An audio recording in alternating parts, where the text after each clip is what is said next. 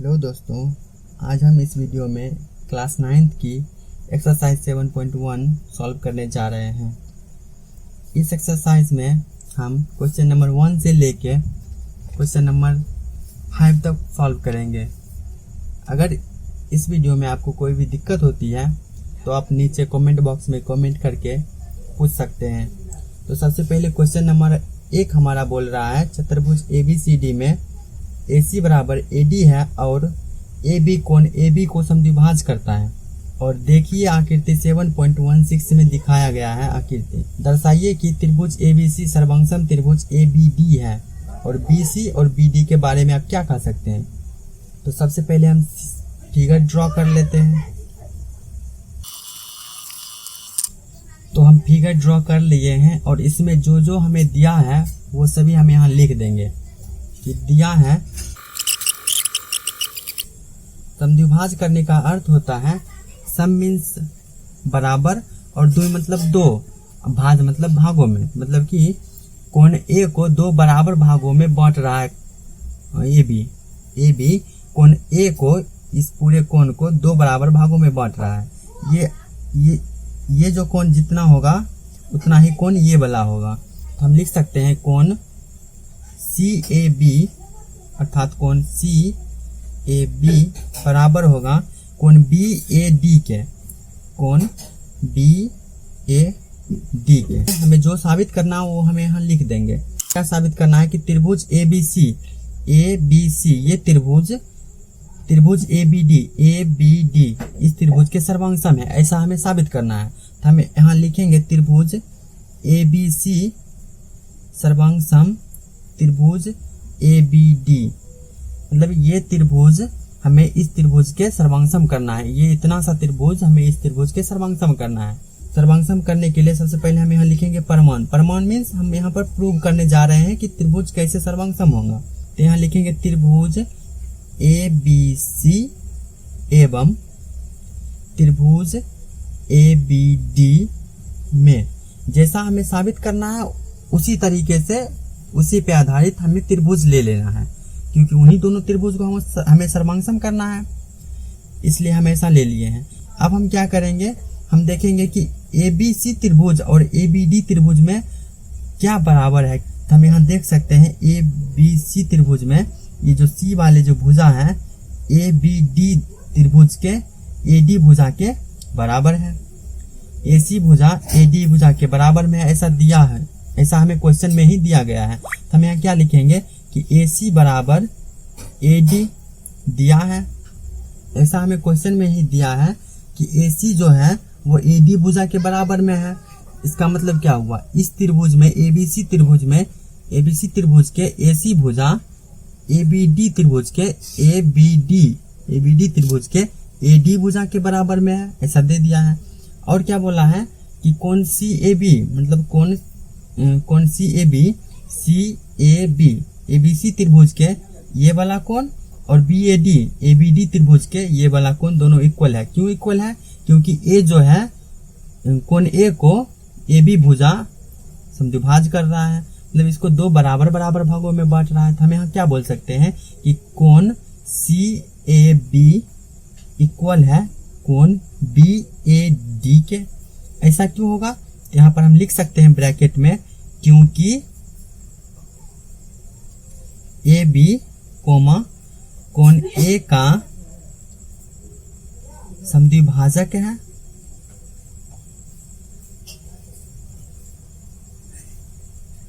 समद्विभाजक है, ऐसा बोल सकते हैं।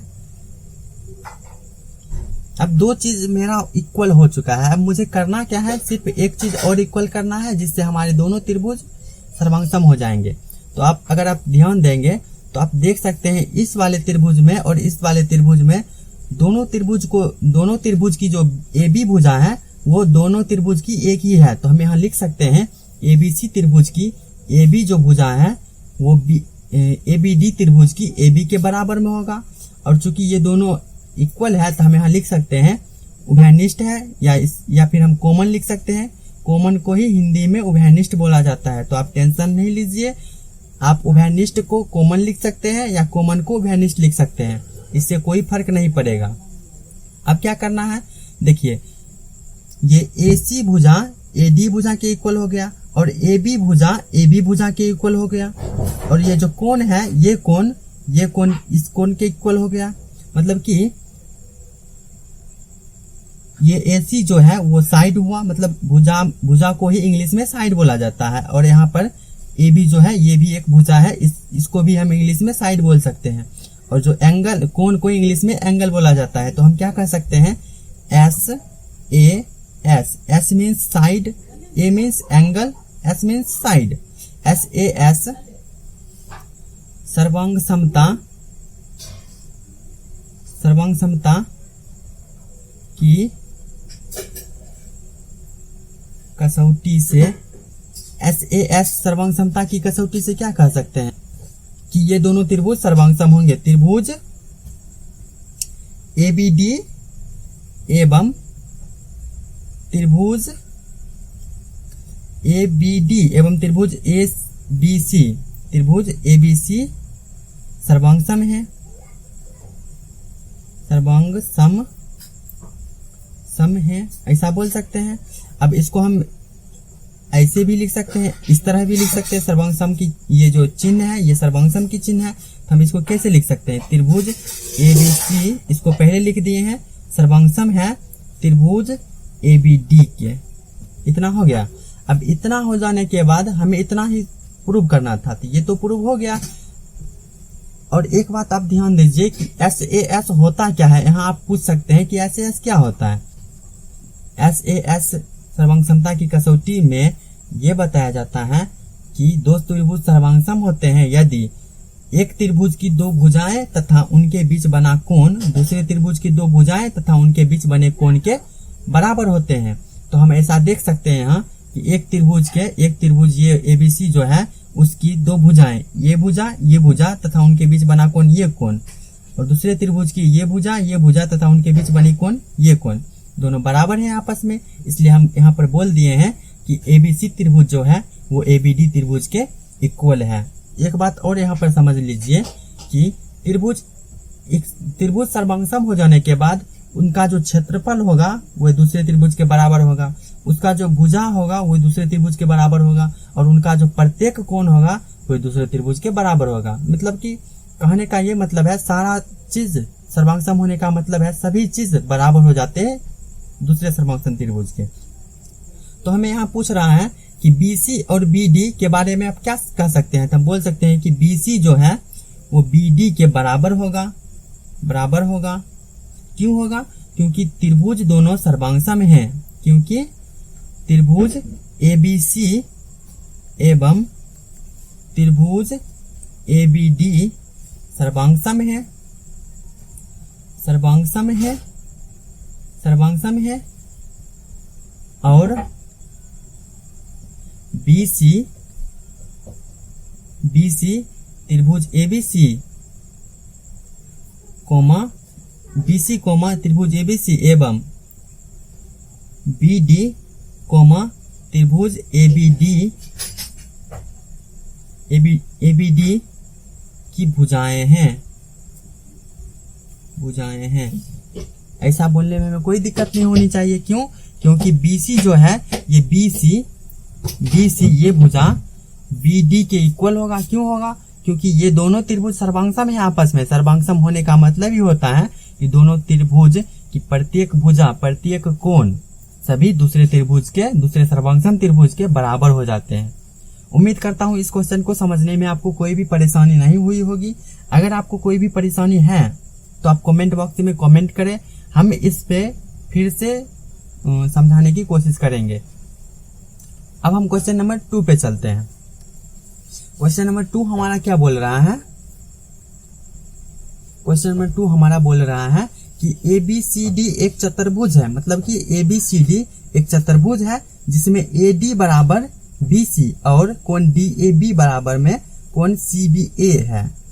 तो देखिए आकृति 7.17 में सिद्ध कीजिए कि त्रिभुज ABD जो है वो सर्वांग सम है त्रिभुज BAC के। और क्वेश्चन नंबर 2 का सेकेंड पॉइंट बोल रहा है कि BD बराबर में AC होना चाहिए, और थर्ड पॉइंट बोल रहा है कि ABD मतलब कोण ABD बराबर में कोण BAC होनी चाहिए। तो ऐसा करने के लिए सबसे पहले हम चलिए फिगर ड्रॉ कर लेते हैं इस क्वेश्चन का।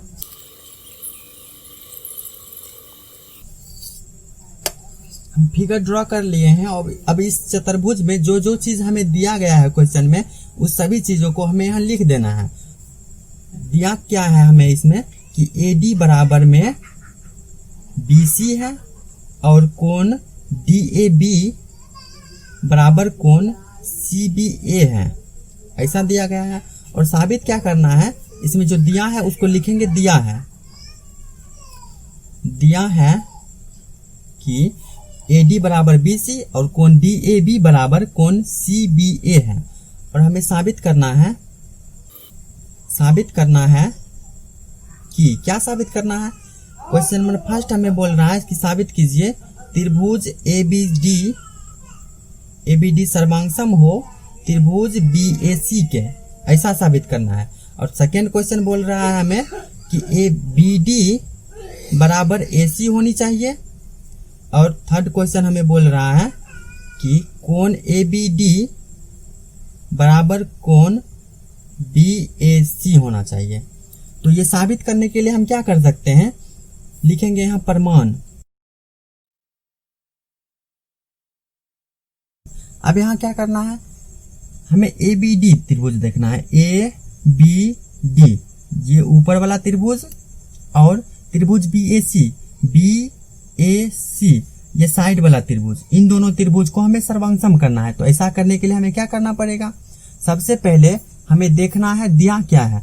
ABD त्रिभुज में ABD इस वाले त्रिभुज में हमें क्या दिया है कि AD ये भुजा BC के बराबर है, BC इस वाले भुजा के बराबर है। तो आप देख सकते हैं ABD त्रिभुज में AD भुजा आ रहा है और ABC त्रिभुज में BC भुजा आ रहा है। तो हम बोल सकते हैं त्रिभुज ABD एवं त्रिभुज ABC में ABD और त्रिभुज ABC, हमें इसी ABC और BAC बात एक ही हुआ है। यहाँ BAC लिखा हुआ है, हम यहाँ ABC लिख दिए हैं, इसमें कोई गड़बड़ नहीं है। आप ऐसे भी लिख सकते हैं, ऐसे भी लिख सकते हैं। अब क्या करना है, जो हमें दिया है, हमें दिया है क्या है यहाँ कि AD बराबर में है, AD बराबर है BC के, ये हमें दिया है तो यहाँ लिख देंगे हम दिया है। और आगे क्या दिया है कि DAB इस वाले त्रिभुज में ABD त्रिभुज में ये वाला कोण और CBA इस वाले त्रिभुज में ABC वाले त्रिभुज में ये वाला कोण इक्वल है। तो हम यहाँ लिख सकते हैं कि कोण DAB बराबर कोण CBA होगा। क्यों होगा, क्योंकि ये दिया है, हमें क्वेश्चन में दिया है, यहाँ लिख देंगे।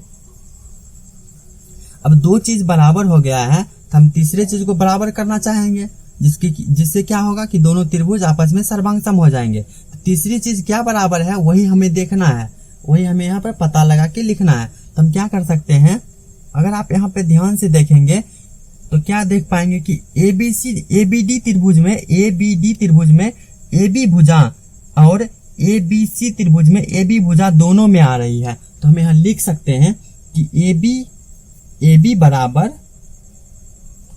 AB होगा। ऐसा क्यों, क्योंकि ये दोनों त्रिभुज में आ रही है, दोनों त्रिभुज में आएगी तो हम यहाँ पर बोल सकते हैं कि उभयनिष्ठ है। उभयनिष्ठ का मतलब होता है कॉमन है। अब देखिए AD ये भुजा थी और AB भी ये भुजा है, तो हम क्या कर सकते हैं, 2S होगा और ये कौन है, तो एक A होगा। तो S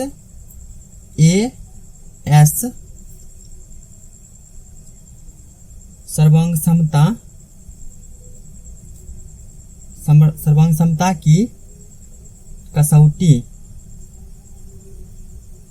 कसौटी से क्या बोल सकते हैं कि त्रिभुज ABD सर्वांगसम होनी चाहिए त्रिभुज ABC के।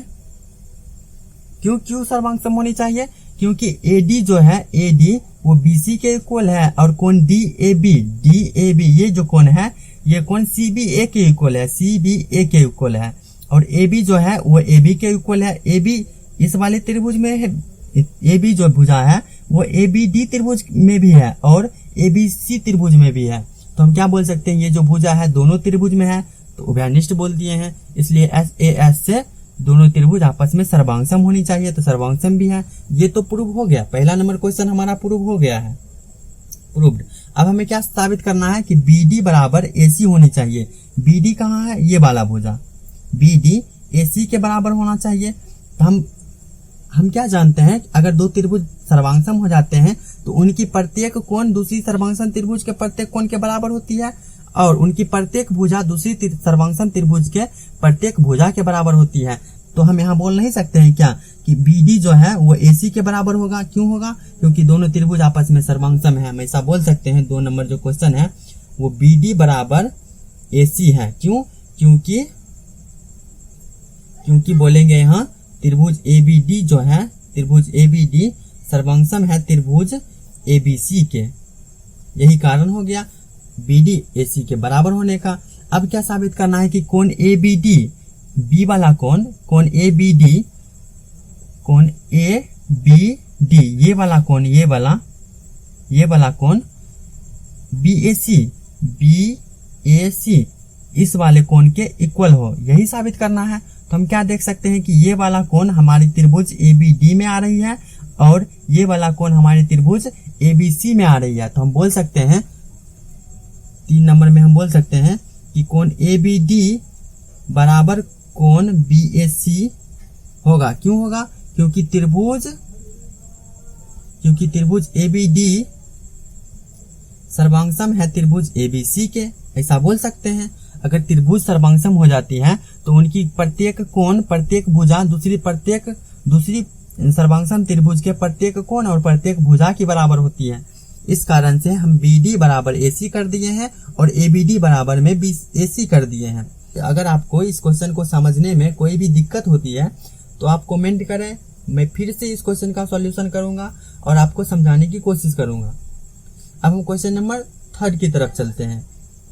क्वेश्चन नंबर 3 हमारी क्या बोल रही है, एक रेखाखंड AB पर AD और BC 2 बराबर लंब रेखाखंड है। देखिए आकृति 7.18 में दर्शाइए कि CD रेखाखंड AB को समद्विभाज करता है, ऐसा हमें साबित करना है।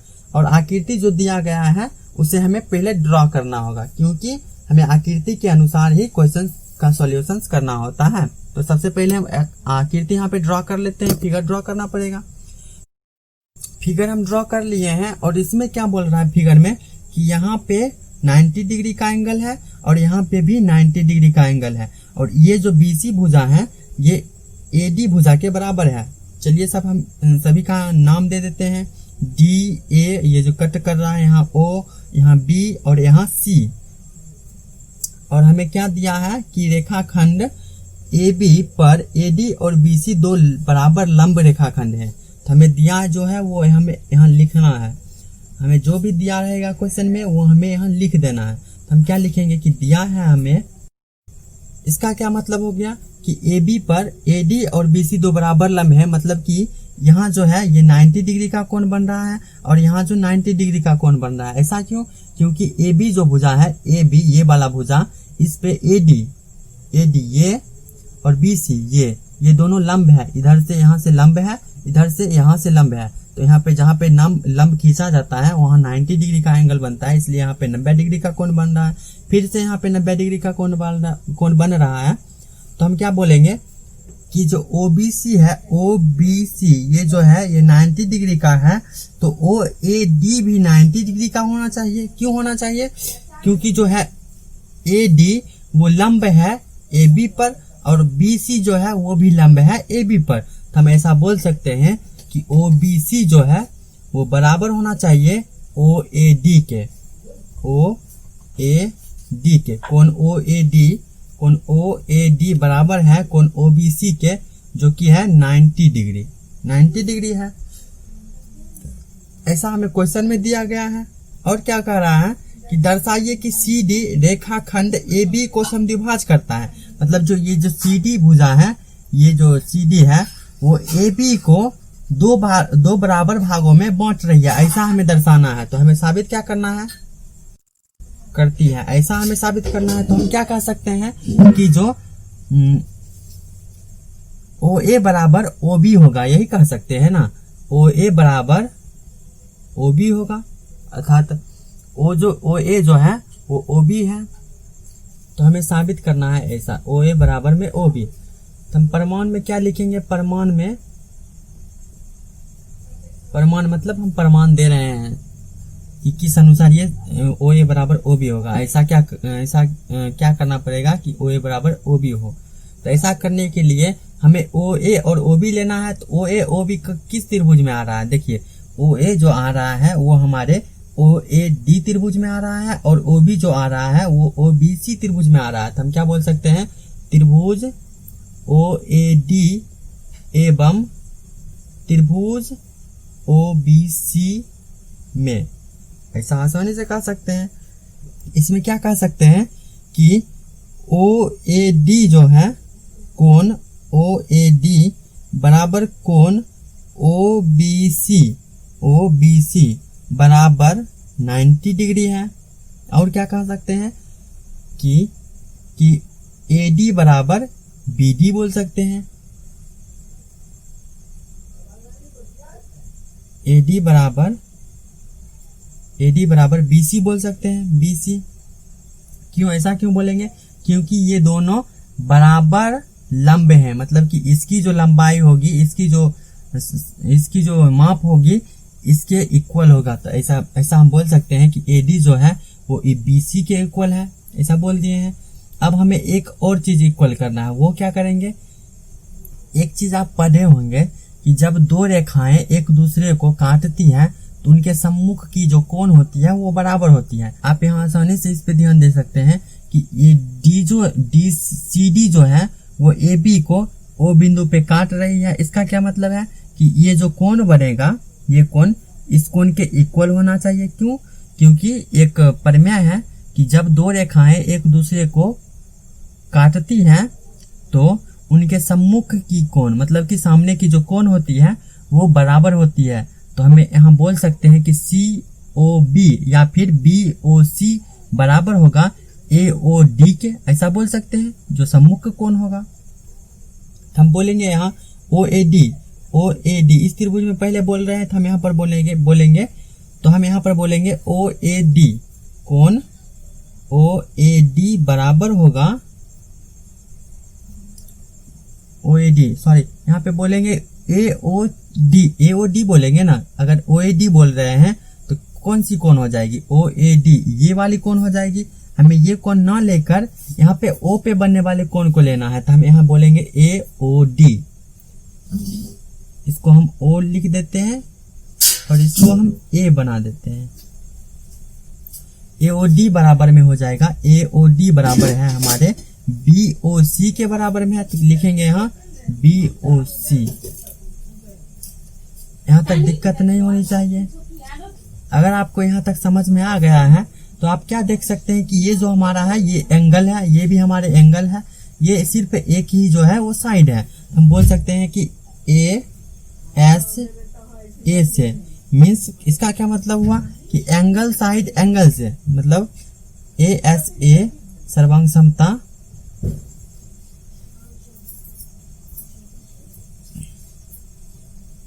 की कसौटी से, ऐसा बोल के हम क्या कर सकते हैं कि त्रिभुज ए ओ डी वह सर्वांगसम होगा त्रिभुज बी ओ सी के सर्वांगसम होगा। अगर त्रिभुज सर्वांगसम हो गया तो इसका क्या मतलब है कि ओ ए बराबर होना चाहिए ओ बी के, ओ ए बराबर होगा ओ बी के। क्यों, क्योंकि त्रिभुज ओ ए डी त्रिभुज ओ बी सी के सर्वांगसम है। अगर सर्वांगसम तो त्रिभुज होता है तो उनकी सारी भुजाएं अन्य सर्वांगसम त्रिभुज के भुजाएं के बराबर होती है, और जो सारी कोण होती है, जितने भी कोण होते हैं वह अन्य सर्वांगसम त्रिभुज के कोण के बराबर होते हैं। इसका मतलब है ओ ए बराबर ओ बी होगा, और ये सारी जो कोण है ये सारे कोण अन्य दूसरे कोणों के बराबर होनी चाहिए। अन्य दूसरे कोणों के संगत कोण के बराबर होने चाहिए, ऐसा प्रावधान दिया गया होता है। तो हम बोल सकते हैं कि OA जो है वो OB के संगत की भुजाएं है, संगत की भुजा है, तो ये बराबर होगी। और यही हमें प्रूव करना था। समद्विभाज करने का अर्थ होता है कि AB को दो बराबर भागों में बांटनी चाहिए, तो AB को ये दो बराबर भागों में बांट रही है, यही प्रूव करना था। ये प्रूव हो चुका है। अगर आपको कुछ दिक्कत है समझने में तो आप कमेंट कीजिए, हम इसका फिर से सॉल्यूशन करके आपको अपलोड कर देंगे। अब हम क्वेश्चन नंबर 4 की तरफ चलेंगे। अब अगला क्वेश्चन हमें क्या बोल रहा है कि 4th नंबर में कि L और M दो समांतर रेखाएं हैं जिन्हें समांतर रेखाओं P और Q का एक अन्य युग्म प्रतिच्छेद करती है। देखिए आकृति 7.19 में दर्शाइए कि त्रिभुज ABC जो है वो त्रिभुज CDA के सर्वांगसम है, ऐसा हमें साबित करना है। तो सबसे पहले हमें साबित करने के लिए फिगर के अनुसार चलना होगा। तो फिगर हम सबसे पहले जल्दी जल्दी ड्रॉ कर लेते हैं। फिगर हमारा तैयार हो गया है। अब हम यहाँ क्या करेंगे कि L और M दो समांतर रेखाएं हैं, तो हम यहाँ लिखेंगे दिया है, जो हमें क्वेश्चन में दिया रहता है उस सभी को हमें सॉल्यूशन में लिखना होता है। तो क्या दिया है कि L और M दो समांतर रेखाएं हैं, तो हम बोलेंगे यहाँ L समांतर है, M ये जो होती है ये समांतर की चिन्ह होती है, जिन्हें समांतर रेखाएं P और Q एक अन्य युग्म प्रतिच्छेद करता है। मतलब कि P और Q भी समांतर है, तो P समांतर Q। तो साबित करना है, साबित क्या करना है हमें, तो साबित करना है कि क्या साबित करना है कि त्रिभुज ABC जो है, त्रिभुज ABC वो त्रिभुज CDA के सर्वांगसम हो, ऐसा साबित करना है। तो हम क्या देखेंगे फिगर में कि ABC A यहाँ पे B है, यहाँ पे फिगर में B दिया हुआ है। ABC ये जो त्रिभुज है वो CDA इस त्रिभुज के सर्वांगसम करना है। तो ऐसा करने के लिए क्या कर सकते हैं, हम लिखेंगे यहाँ प्रमाण। प्रमाण में क्या लिखेंगे कि प्रमाण में हमें यह साबित करना है कि त्रिभुज ABC त्रिभुज CDA के सर्वांगसम है। तो हम लिखेंगे त्रिभुज ABC एवं त्रिभुज CDA में, हम इन्हीं दोनों त्रिभुज में देख के साबित कर देंगे कि त्रिभुज ABC सर्वांगसम है त्रिभुज CDA में, CDA का। तो हम क्या बोलेंगे, यहाँ पर बोल सकते हैं चूंकि L समांतर है M का, L जो रेखा है वो M के समांतर है, और इसको क्या कर रहा है कि ये जो P है इसको प्रतिच्छेद कर रहा है दोनों को, और Q भी दोनों को प्रतिच्छेद कर रहा है, और AD जो है ये भी प्रतिच्छेद कर रहा है इसको। अगर हम इसको ऐसे करके बढ़ाते हैं और इसको ऊपर ले जाते हैं तो आप क्या देखेंगे कि ये दो समांतर रेखाओं को ये AD जो है वो दो बिंदु यहाँ पे और यहाँ पे प्रतिच्छेद कर रहा है। तो यहाँ पर क्या होगा कि एकांतर के कोण समान हो सकते हैं, ये कोण समान हो सकते हैं। ऐसा क्यों? क्योंकि एक थ्योरम होता है, एक प्रमेय है कि जब दो समांतर रेखाओं को अगर कोई तिर्यक रेखा काटती है तो उनके एकांतर के कोण बराबर हो जाते हैं। एकांतर का कोण क्या होता है, अगर समझ लीजिए यहाँ पर कोई फिगर है, दो समांतर रेखाएं हैं और इनको कोई तिर्यक रेखा इस प्रकार से काट रही है, तो क्या होगा, ये एकांतर के कोण हुआ। ये जो है ये एकांतर का कोण है और ये जो है एकांतर का कोण है, तो ये दोनों कोण आपस में बराबर हो जाते हैं। तो हम बोलेंगे यहाँ ये कोण बराबर हो जाएंगे। पहले हम ABC त्रिभुज ले रहे हैं, ABC में ये जो C वाला कोण है, C वाला BCA त्रिभुज CAD के बराबर होगा। कोण BCA बराबर कोण CAD होगा। क्यों होगा? क्योंकि एकांतर का कोण है, एकांतर के कोण है। अब ये बराबर है। अब एक देख सकते हैं एक बात इसमें कि ABC त्रिभुज में और CDA त्रिभुज में दोनों में जो है वो AC भुजा कॉमन है। तो हम बोल सकते हैं कि AC बराबर AC होगा। क्यों? क्योंकि कॉमन है। दोनों त्रिभुज में है तो कॉमन है ही। अब दो चीज बराबर हो गया है, एक चीज और हमें बराबर करना है, तो वो क्या कर सकते हैं, यहाँ पर एक बात और हो सकता है, ये दोनों त्रिभुज, ये जो भुजाएं हैं, इसको, ये जो भुजा है इस भुजा के समांतर है, ये जो तिर्यक रेखा है इसको काट रही है, तो एकांतर के कोण हम इधर से बराबर किए हैं, तो इधर से भी कर सकते हैं। ये भी एकांतर का कोण हुआ ना, ये कोण और ये कोण एकांतर का कोण हुआ, तो हम क्या कह सकते हैं कि एबीसी त्रिभुज में बीएसी कोण डीसीए के बराबर होगा, ऐसा बोल सकते हैं हम। तो हम बोलेंगे कोण, इस कोण की भी माप ले रहे हैं, पहले हम इसको लिए थे, इसको और इसको, अब हम क्या ले रहे हैं, इसको, तो BAC यहाँ लिखेंगे, BAC कोण BAC बराबर होगा इस कोण के समांतर, इस कोण को ले रहे हैं तो यहाँ लिखेंगे DCA, या फिर लिख सकते हैं ACD, तो ACD लिख सकते हैं, कोण ACD ऐसा होगा। क्यों होगा, क्योंकि ये जो है एकांतर का कोण है।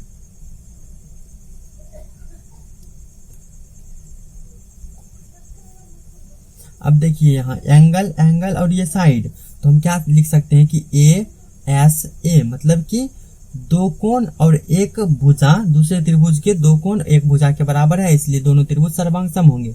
बोलेंगे ASA सर्वांग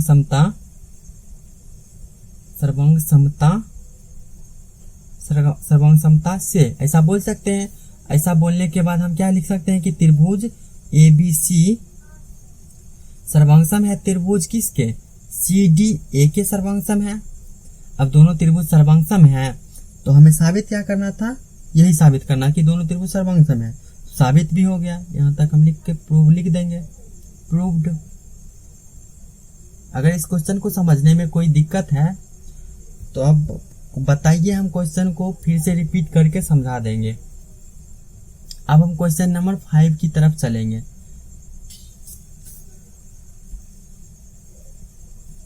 क्वेश्चन नंबर 5 हमारा क्या बोल रहा है कि रेखा L कोण A को समद्विभाज करती है, मतलब कि कोण A जो है उसको समद्विभाज करती है, A कोण को दो बराबर भागों में बांटती है, और B रेखा L पर स्थित कोई बिंदु है, और जो B जो है वो बिंदु है वो L रेखा पर कहीं पर स्थित है। BP और BQ कोण A की भुजाओं पर B से डाले गए लंब है, मतलब कि BP और BQ जो है वो लंब है जो B बिंदु से डाले गए हैं, ठीक है।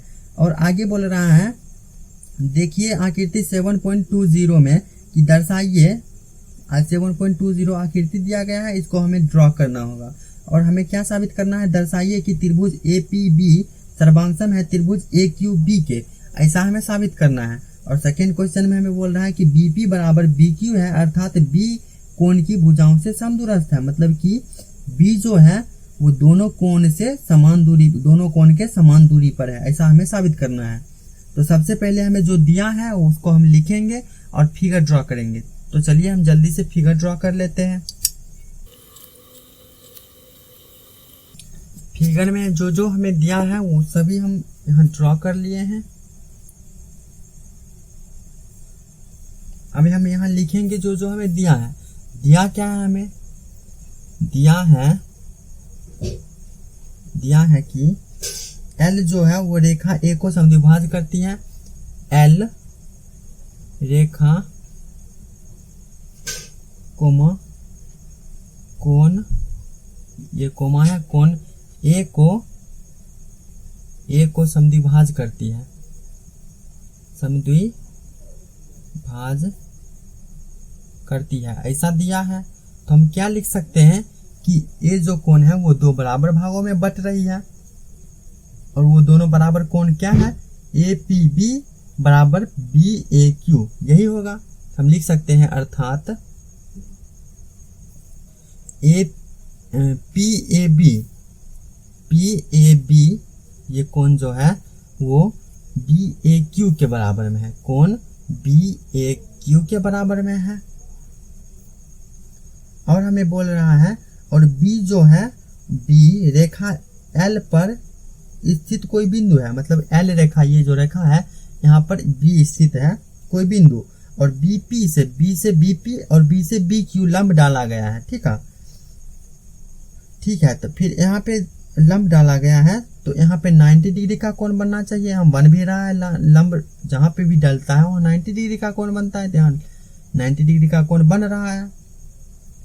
तो हमें क्या दिया गया है कि BPA कोण BPA बराबर कोण BQA, कोण BQA बराबर 90 डिग्री होगा। क्यों होगा? क्योंकि ये जो दोनों है BP और BQ दोनों लंब हैं क्रमशः, इसलिए हम बोल सकते हैं कि BPA बराबर BQA बराबर 90 डिग्री। अब हमें साबित करना है। साबित क्या करना है? तो लिखेंगे प्रमाण। प्रमाण में क्या लिखेंगे? पहला क्वेश्चन हमें प्रमाण में लिखना है कि त्रिभुज APB सर्वांगसम होगा त्रिभुज AQB के, ऐसा साबित करना है। तो हमें लिखेंगे, सॉरी यहाँ लिख देंगे, हमें साबित करना है, साबित करना है। अब हमें प्रमाण में चलना है। प्रमाण में हमें चल के साबित करना है। तो हमें साबित करना है कि त्रिभुज APB ये त्रिभुज और AQB ये त्रिभुज दोनों सर्वांगसम हो। ऐसा क्या करेंगे जो दोनों सर्वांगसम हो जाएगा? लिखेंगे प्रमाण में त्रिभुज APB एवं त्रिभुज AQB में, इसमें क्या होगा कि BP बराबर कोण BPA बराबर कोण BQA होगा और 90 डिग्री के बराबर होगा। कोण BPA बराबर कोण BQA बराबर 90 डिग्री होगा क्योंकि दोनों लंब हैं। और क्या होगा? और जो है BAP या फिर PAB कोण PAB बराबर कोण BAQ बराबर कोण BAQ बराबर होगा। क्यों बराबर होगा? क्योंकि ये जो कोण है वो समद्विभाज हो रही है L रेखा के द्वारा, ऐसा दिया गया है क्वेश्चन में, तो लिख देंगे दिया है। अब दो चीज यहाँ पे बराबर हो गया है, एक चीज को बराबर करना है। तो आप देख सकते हैं ये जो AB भुजा है वो दोनों त्रिभुज में आ रही है। इस वाले त्रिभुज में ABP और इस वाले त्रिभुज में ABQ में AB दोनों में आ रही है भुजा। तो हम यहाँ लिखेंगे AB बराबर AB है, तो इसको हम लिख देंगे कॉमन, COMMON कॉमन। हम लिखेंगे दो कोण है, एक भुजा है, तो लिखेंगे AAS से। AAS का मतलब क्या हुआ कि इसमें भी दो कोण, एक भुजा दूसरे त्रिभुज के दो कोण एक भुजा के बराबर होती है, तो दोनों त्रिभुज सर्वांगसम हो जाते हैं। तो लिखेंगे यहाँ AAS से, AAS सर्वांग से लिखेंगे। और यहाँ त्रिभुज APB सर्वांगसम त्रिभुज AQB होगा। अब सेकेंड क्वेश्चन बोल रहा है हमें कि BP बराबर BQ है, अर्थात B जो है वो कोण की भुजाओं से समदूरस्थ है। मतलब कि ये जो B बिंदु है इस कोण से और इस कोण से समान दूरी पर है, तो समान दूरी पर होना भी चाहिए। क्यों होना चाहिए? क्योंकि दोनों त्रिभुज सर्वांगसम है, तो प्रत्येक भुजा संगत भुजा के बराबर होनी चाहिए। तो AP जो है वो AQ के बराबर होगा, AB जो है AB के बराबर में है, तो BQ BP के बराबर होना चाहिए। तो यहाँ लिखेंगे BP बराबर BQ होगा और बिंदु B जो है वो दोनों कोण से समान दूरी पर होगी। बिंदु B दोनों कोण से समान दूरी पर है। यह क्वेश्चन भी आपको समझ में आ गया होगा। अगर यह क्वेश्चन समझ में नहीं आया है तो आप कमेंट करें, कमेंट में हम कमेंट में हम समझाने की कोशिश करेंगे। अगर आपको फिर भी नहीं समझ में आता है तो हम फिर से सॉल्यूशन करके दे देंगे आपको।